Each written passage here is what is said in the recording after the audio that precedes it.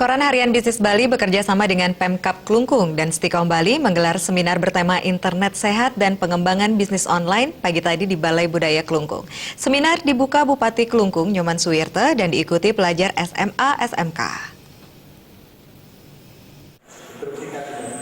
Seminar bisnis online menyasar generasi muda dan pelajar karena sebagian besar mereka paham tentang teknologi dan internet. Diharapkan semakin berkembangnya teknologi, internet justru dimanfaatkan untuk memperoleh informasi penting yang bermanfaat bagi pengguna. Internet yang sehat dan mengembangkan bisnis online bisa dijadikan kerja sampingan selain tugas utama belajar. Seminar ini disambut positif Bupati Klungkung Wayan Suwirte dan berharap hasil dari seminar ini ditindaklanjuti oleh kalangan bagi pelajar dan memberi manfaat positif. Seminar atau workshop tentang IT yang sehat ini atau bisnis online sehat ini tentu saya harapkan nanti bisa diberikan secara baik, secara terstruktur sehingga pemahaman tentang online kepada anak-anak itu benar-benar pasca daripada workshop ini bisa dilaksanakan dan ada tindak lanjutnya.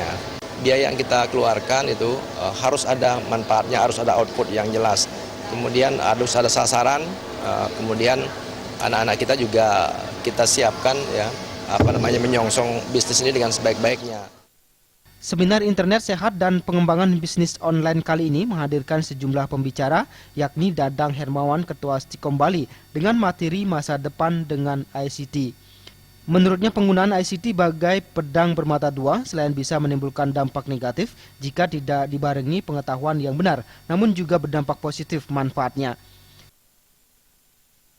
Dengan ICT ini untuk menjangkau 60 juta orang, untuk menjangkau 60 juta pelanggan cuma perlu waktu beberapa hari aja atau beberapa bulan saja. Tidak seperti media-media lainnya yang berbentuk offline yang memerlukan waktu yang sangat banyak. Supaya menggunakan ICT ini dengan baik dan benar dan diambil manfaatnya, bukan mudaratnya, bukan negatifnya.